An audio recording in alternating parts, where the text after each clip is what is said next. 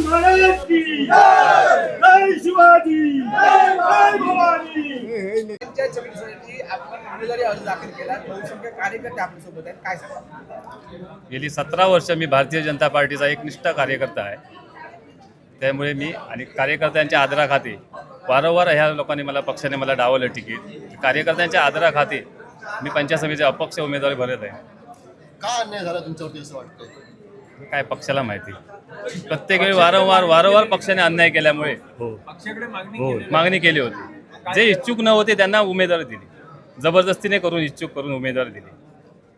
याच्यामागे कोण आहे असं वाटतं? आहे गावातले सरपंच आणि दोन व्यक्ती, सरपंच आणि दोन व्यक्ती, तुमचं बाकी काय कोण म्हणणं आहे? नाही. यामागे कोण आहे? भाजप आहे. किंवा राणे गावातले समर्थक प्रमुख व्यक्ती आहेत असे कोण व्यक्ती? चार नाव काय पाच. त्यांचं? नाव आता वेळ आल्यावर सांगू. वेळेला सांगा. उमेदवारी आपण कायम ठेवणार आहात की कायम ठेवणार. कायम ठेवणार.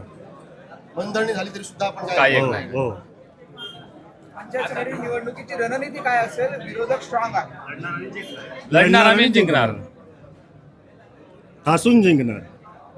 तुम्ही कुठेतरी जुन्या भाजपचे कार्यकर्ते असल्यामुळे तुम्हाला डावललं गेलं असं काय त्याच्यातलंही आहे? ना असं काय म्हणता येणार नाही. पण कसं राणेसाहेब आमचे दैवत आहेत, प्रमोद जठार आमचे दैवत आहेत.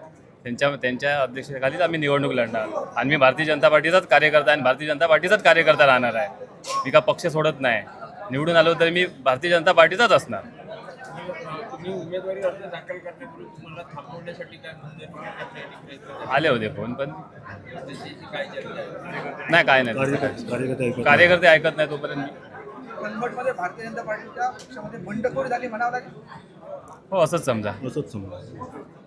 पक्षाने मजबूर केलंय. काय नाही काय नेमकं तर पक्षाला माहिती. उमेदवारी डावलली म्हणून आम्ही हे केलंय, अपक्ष भरला.